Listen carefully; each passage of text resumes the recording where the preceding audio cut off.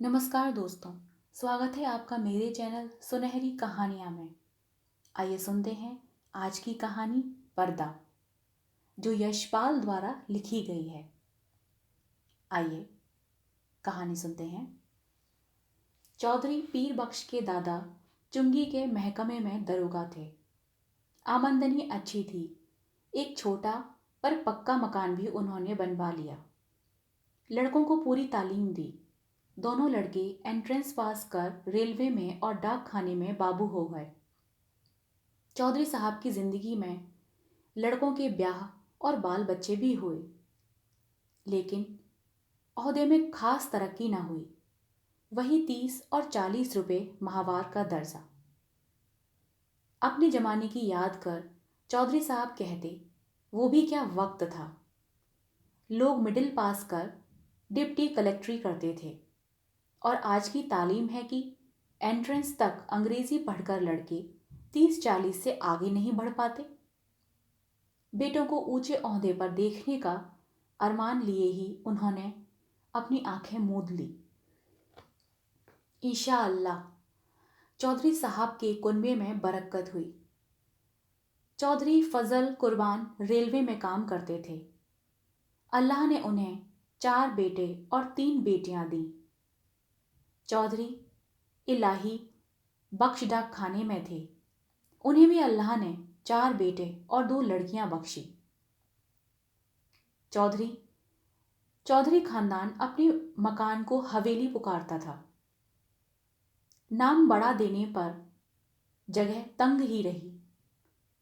दरोगा साहब के जमाने में जनाना भीतर था और बाहर बैठक में वे मोड़े पर बैठ नीचा गुड़गाया करते। जगह की तंगी की वजह से उनके बाद बैठक भी जनाने में शामिल हो गई और घर की ड्योहड़ी पर पर्दा लग गया। बैठक न रहने पर भी घर की इज्जत का ख्याल था, इसीलिए पर्दा बोरी के टाट का नहीं, बढ़िया किस्म का था। जाहिर है दोनों भाइयों के बाल बच्चे एक ही मकान में रहने पर भी भीतर सब अलग अलग था। ड्योढ़ी का पर्दा कौन भाई लाए, इस समस्या का हल इस तरह हुआ कि दरोगा साहब के जमाने की पलंग की रंगीन दरिया एक के बाद एक ड्योढ़ी में लटकाई जाने लगी। तीसरी पीढ़ी के शादी ब्याह होने लगे। आखिर चौधरी खानदान की औलाद को हवेली छोड़ दूसरी जगह तलाश करनी पड़ी। चौधरी इलाही बख्श के बड़े साहबजादे एंट्रेंस पास कर डाक खाने में 20 रुपए की क्लर्की पा गए। दूसरे साहबजादे मिडिल पास कर अस्पताल में कंपाउंडर बन गए। ज्यों ज्यों जमाना गुजरता जाता, तालीम और नौकरी दोनों मुश्किल होती जाती। तीसरा बेटा होनहार था। उन्होंने वजीफा पाया। जैसे तैसे मिडिल कर स्कूल में मदरसे की नौकरी कर ली और देहात चले गए। चौथे लड़के पीर बख्श प्राइमरी से आगे न बढ़ सके। आजकल की तालीम माँ बाप पर खर्च के बोझ के सिवा और है ही क्या। स्कूल की फीस हर महीने और किताबों, कॉपियों और नक्शों के लिए रुपए ही रुपए। चौधरी पीर बख्श का ब्याह भी हो गया। मौला के करम से बीवी की गोद भी जल्दी भर गई। पीर बख्श ने रोजगार के तौर पर खानदान की इज्जत के ख्याल से एक तेल की मिल में मुंशीगिरी कर ली। तालीम ज्यादा नहीं तो क्या, सफेदपोश खानदान की इज्जत का पास तो था। मजदूरी और दस्तकारी उनके करने की चीजें न थीं। चौकी पर बैठते, कलम दावत का काम था।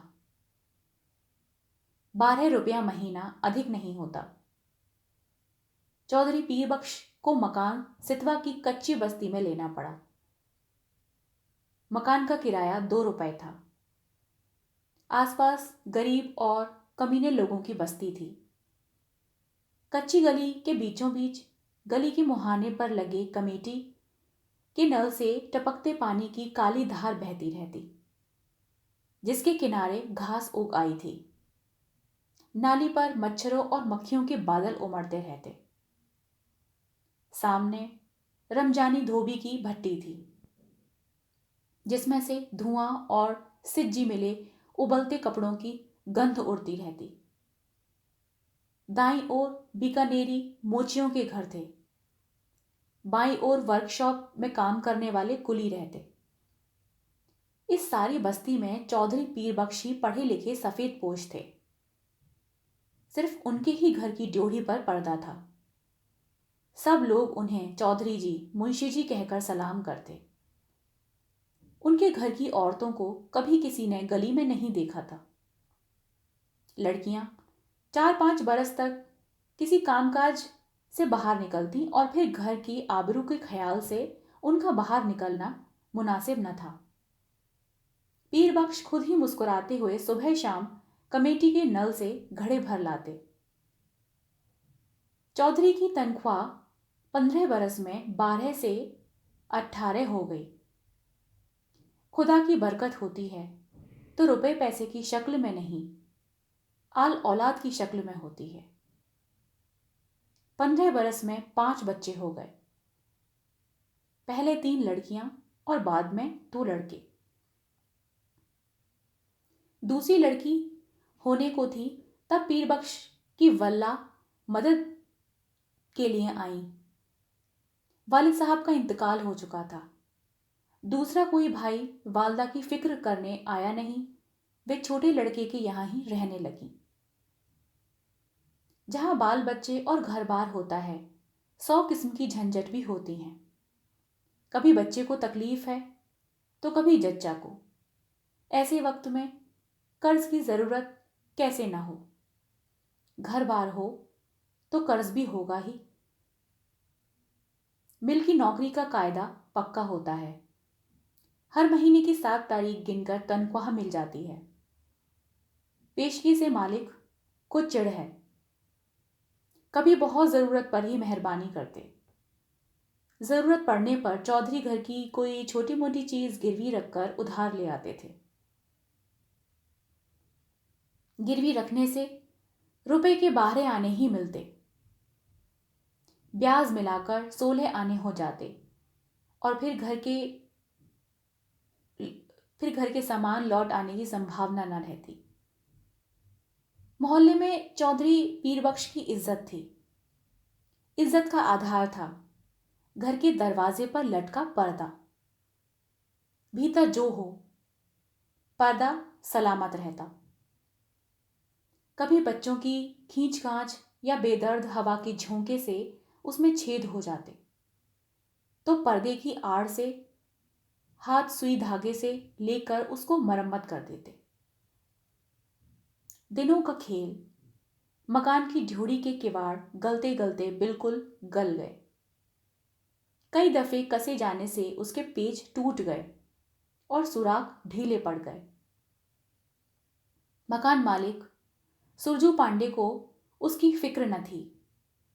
चौधरी कभी जाकर कहते सुनते तो उत्तर मिलता, कौन बड़ी रकम थमा देते हो, 2 रुपल्ली किराया और वह भी 6-6 महीने के बाद बकाया। जानते हो लकड़ी क्या भाव आती है? न हो तो मकान छोड़ जाओ। आखिर किवाड़ गिर ही गए। रात में चौधरी उन्हें जैसे तैसे चौखट से टिका देते। रात भर दहशत रहती कि कहीं कोई चोर ना आ जाए। मोहल्ले में सफेद पोशी और इज्जत होने पर भी चोर के लिए घर में कुछ न था। शायद एक भी साबित कपड़ा या बर्तन ले जाने के लिए चोर को न मिलता। पर चोर तो चोर है। छीनने के लिए कुछ ना हो तो भी चोर का डर होता ही है। वह चोर जो ठहरा। चोर से ज्यादा फिक्र थी आबरू की। किवाड़ न रहने पर पर्दा ही आबरू का रखवाला था। अब पर्दा भी तार तार होते होते एक रात आंधी में किसी भी हालत में लटकने लायक न रह गया। दूसरे दिन घर की एकमात्र पुश्तैनी चीज दरी लटकवाने दरवाजे पर लटका दी। मोहल्ले वालों ने देखा और चौधरी को सलाह दी, अरे चौधरी, इस जमाने में दरी यूं काहे खराब करोगे? बाजार से ला टाट का टुकड़ा, वो न लटका दो। पीरबख्श टाट की कीमत भी आते जाते कई दफा पूछ चुके थे। 2 गज टाट 8 आने से कम न मिलता था। हंसकर बोले, होने दो, क्या है, हमारे यहां पक्की हवेली में भी ड्योढ़ी पर दरी का पर्दा ही रहता था। कपड़े की महंगाई के इस जमाने में घर की 5 औरतों के शरीर के कपड़े जीर्ण होकर यूं गिर रहे थे जैसे पेड़ अपनी छाल बदलते हैं। और चौधरी साहब की आमदनी से दिन में एक दफे किसी तरह पेट भर सकने के लिए आटे के अलावा कपड़े की गुंजाइश कहाँ। खुद उन्हें नौकरी पर जाना होता। पायजे में जब पैबंद संभालने की ताब न रही, मारकीब का एक कुर्ता पायजामा जरूरी हो गया, पर लाचार थे। गिरवी रखने के लिए घर में जो कुछ भी था, गरीबों का एकमात्र सहायक है पंजाबी खान। रहने की जगह भर देखकर वह रुपया उधार दे सकता है। 10 महीने पहले गोद के लड़के बरकत के जन्म के समय परबख्श को रुपए की जरूरत आ पड़ी। कहीं और प्रबंध न हो सकने के कारण उन्होंने पंजाबी खान बब्बर अली खां से 4 रुपए उधार लिए थे। बब्बर अली खां का रोजगार सितवा के उस कच्चे मोहल्ले में अच्छा खासा चलता था। बीकानेरी मोची, वर्कशॉप के मजदूर और कभी कभी रमजानी धोबी सभी बब्बर मियाँ से कर्जा लेते रहते थे। कई दफे चौधरी पीरबख्श ने बब्बर अली को कर्ज और सूद की किश्त न मिलने पर अपने हाथ के डंडे से ऋणी का दरवाजा पीटते देखा था। उन्हें साहूकार और ऋणी में बीच बिचौवल भी करना पड़ा था।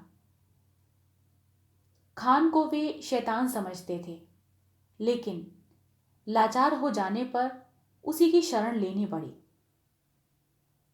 4 आना रुपया महीने पर 4 रुपया कर्ज लिया। शरीफ खानदानी मुसलमान भाई का ख्याल कर बब्बर अली ने 1 रुपया माहवार की किश्त मान ली। 8 महीने में कर्ज अदा होना तय हुआ। खान की किश्त न दे सकने की हालत में अपने घर के दरवाजे पर फजीहत हो जाने की बात का ख्याल कर चौधरी के रुएं खड़े हो जाते। 7 महीने फाका करके भी वे किसी तरह से किश्त देते चले गए, लेकिन जब सावन में बरसात छिड़ गई और बाजरा भी रुपए का 3 सेर मिलने लगा, किश्त देना संभव न रहा। खान 7 तारीख की शाम को ही आया। चौधरी परबख्श ने खान की दाढ़ी छू और अल्लाह की कसम खा 1 महीने की मुआफी चाही। अगले महीने 1 का सवा देने का वायदा किया। खान टल गया। भादों में हालत और भी परेशानी में हो गई। बच्चों की मां की तबीयत रोज रोज गिरती जा रही थी। खाया पिया उसके पेट में न ठहरता। पथ्य के लिए उसको गेहूं की रोटी देना जरूरी हो गया। गेहूं मुश्किल से रुपए का सिर्फ 2.5 सेर मिलता। बीमार का जी ठहरा। कभी प्याज के टुकड़े या धनिया की खुशबू के लिए मचल जाता, कभी पैसे की सौंफ, अजवाइन, काले नमक की जरूरत हो तो पैसे की कोई चीज मिलती ही नहीं। बाजार में तांबे का नाम ही नहीं रह गया। नाहक इकन्नी निकल जाती है। चौधरी को 2 रुपए महंगे भत्ते मिले, पर पेशगी लेते लेते तनख्वाह के दिन केवल 4 ही रुपए हिसाब में निकले। पिछले हफ्ते लगभग फाके से थे। चौधरी कभी गली में 2 पैसे की चारपाई खरीद लाते, कभी बाजरा उबालकर सब लोग कटोरा भर भर पी लेते।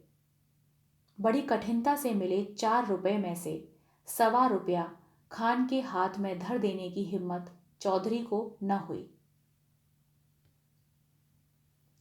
मिल से घर लौटते समय वे मंडी की ओर टहल गए। 2 घंटे बाद जब समझा खान टल गया होगा और अनाज की गठरी ले घर पहुंचे। खान के भय से दिल डूबा जा रहा था, लेकिन दूसरी ओर 4 भूखे बच्चे, उनकी मां दूध न उतार सकने के कारण सूखकर कांटा हो रहे गोद के बच्चे और चलने फिरने से लाचार अपनी जईफ की मां की भूख से बिलबिलाती सूरतें आंखों के सामने नाच जाती। धड़कते हुए हृदय से वे कहते जाते, मौला सब देखता है, खैर करेगा। 7 तारीख की शाम को अफजल हो खान 8 की सुबह तड़के चौधरी के मिल चले जाने से पहले ही अपना डंडा हाथ में लिए दरवाजे पर मौजूद हुआ। रात भर सोच सोच कर चौधरी ने खान के लिए बयान तैयार किया। मिल के मालिक लालाजी 4 रोज के लिए बाहर गए हैं। उनके दस्तखत के बिना किसी को भी तनख्वाह नहीं मिल सकती। तनख्वाह मिलते ही वह 1.25 रुपया हाजिर करेगा। माकूल वजह बताने पर भी खान बहुत देर तक घुर्राता रहा। वतन छोड़ के परदेश में पड़ा है, ऐसे रुपया छोड़ देने के वास्ते यहां नहीं आया। हमारा भी बाल बच्चा है। 4 रोज में रुपया नहीं देगा तो हम तुम्हारा तमाम कर देगा काम। 5वें दिन रुपया कहां से आता? तनख्वाह मिले अभी हफ्ता भी नहीं हुआ था। मालिक ने पेशगी देने से साफ इनकार कर दिया। 6ठे दिन किस्मत से इतवार था। मिल की छुट्टी होने पर भी चौधरी खान के डर से सुबह ही बाहर निकल गए। खान पहचान के कई आदमियों के यहां गए। इधर उधर की बातचीत कर वे कहते, अरे भाई, हो तो 20 आने पैसे को 2-1 रोज के लिए देना, ऐसे ही जरूरत आ पड़ी है। उत्तर मिला, मियां, इतने पैसे इस जमाने में? पैसे का मोल कौड़ी नहीं रह गया है। हाथ में आने से पहले ही उधार में उठ गया। फिर दोपहरी हो गई। खान आया भी होगा तो इस वक्त तक बैठा नहीं रहेगा। चौधरी ने सोचा और घर की तरफ चल दिए। घर पहुंचने पर सुना खान आया था और घंटे भर ड्योरी पर लटके दरी के पर्दे को डंडे से ठेल ठेल कर गाली देता रहा। पर्दे की आड़ में बड़ी बीवी के बार बार खुदा की कसम खा यकीन दिलाने पर कि चौधरी घर नहीं हैं, बाहर गए हैं, रुपया लेने गए हैं, खान गाली देता रहा। नहीं, बदजात चोर भीतर छुपा है। 4 घंटे में फिर आएगा, रुपया लेकर जाएगा। रुपया नहीं देगा तो उसका खाल उतार कर बाजार में बेच देगा। हमारा रुपया क्या आराम का है? 4 घंटे से पहले ही खान की पुकार सुनाई दी। चौधरी पीर बख्श के शरीर में बिजली सी दौड़ गई और वे बिल्कुल ऐसे हो गए जैसे उनके शरीर में खून नहीं, हाथ पैर सुन्न हो गए और गला खुश्क हो गया। गाली दे पर्दे को ठेलकर खान ने दोबारा पुकारने पर चौधरी का शरीर निर्जीव प्राय होने पर भी निर्जीव सा रह गया। वे उठकर बाहर आ गए। खान आग बबूला हो रहा था। पैसा नहीं देने के वास्ते चिपता है, घर में छिपा हुआ है, औरतों के पीछे छिपा हुआ है। एक से एक बढ़ती हुई 3 गालियां एक साथ खान के मुंह से पीर बख्श के पुरखों पीरों के नाम निकल गई। इस भयंकर आघात से पीर बख्श का खानदानी रक्त भड़क उठने के बजाय और भी निर्जीव हो गया। खान के घुटने छू अपनी मुसीबत बता के मुआफी के लिए खुशामद करने लगे। खान की तेजी बढ़ गई। उसके ऊंचे स्वर से पड़ोस के मोची और मजदूर चौधरी के दरवाजे के सामने इकट्ठे हो गए। खान क्रोध में डंडा फटकार कर कह रहा था, पैसा नहीं देना था तो लिया क्यों था? तनख्वाह किधर जाता है तेरा? आरामी, हमारा पैसा मारेगा तू, नहीं तो तेरी खाल खींच देगा। बता पैसा कहां छिपा के रखता है? पैसा नहीं है तो घर पर पर्दा लटका के फजीहदा क्यों करता है? तुम हमको बीबी का गहना दो, बर्तन दो, कुछ भी दो, हम खाली हाथ बिल्कुल नहीं जाएगा। बिल्कुल बेबस और लाचारी में दोनों हाथ उठा खुदा से खान के लिए दुआ मांग पीर बख्श ने कसम खाई, एक पैसा भी घर में नहीं, बर्तन भी नहीं, कपड़ा भी नहीं है। खान चाहे तो बेशक उसकी खाल उतार कर बेच दे। खान और आग बबूला हो गया। उसने कहा, तुम्हारे खाल का क्या करेगा? उसका तो जूता भी नहीं बनेगा। तुम्हारे खाल से तो अच्छा ये टाट है। खान ने ड्योढ़ी पर लगी दरी का पर्दा झटक लिया। ड्योढ़ी से पर्दा हटने के साथ ही चौधरी के जीवन की डोर भी टूट गई। वह डगमगाकर जमीन पर गिर पड़े। इस दृश्य को देख सकने की ताब चौधरी में न थी, परंतु द्वार पर खड़ी भीड़ ने देखा घर की लड़कियां और औरतें पर्दे की दूसरी ओर घटती घटना के आतंक से आंगन के बीचों बीच इकट्ठी हो खड़ी कांप रही थीं।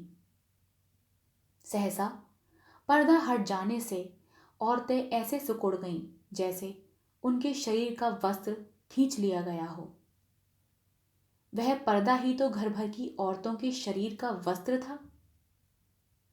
उनके शरीर पर बचे चिथड़े उनके 1/3 अंग ढकने में भी असमर्थ थे। जाहिल भीड़ ने घृणा और शर्म से आंखें फेर ली। उस नग्नता की झलक से खान की कठोरता भी पिघल गई। ग्लानि से थूक पर्दे के आंगन में वापस फेंक क्रुद्ध निराश में उसने लाहौल बिला कहा और असफल लौट गया। भय से चीख कर ओट में हो जाने के लिए भागती हुई औरतों पर दया कर भीड़ छट गई।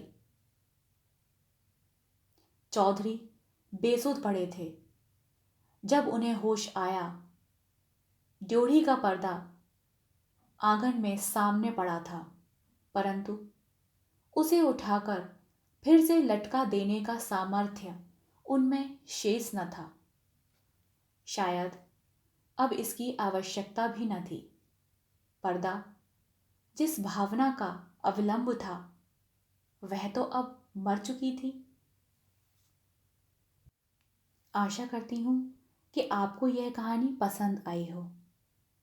यदि आपको यह कहानी पसंद आई हो तो कृपया कहानी को लाइक और चैनल को सब्सक्राइब करिएगा। मिलते हैं एक नई कहानी के साथ। तब तक के लिए धन्यवाद।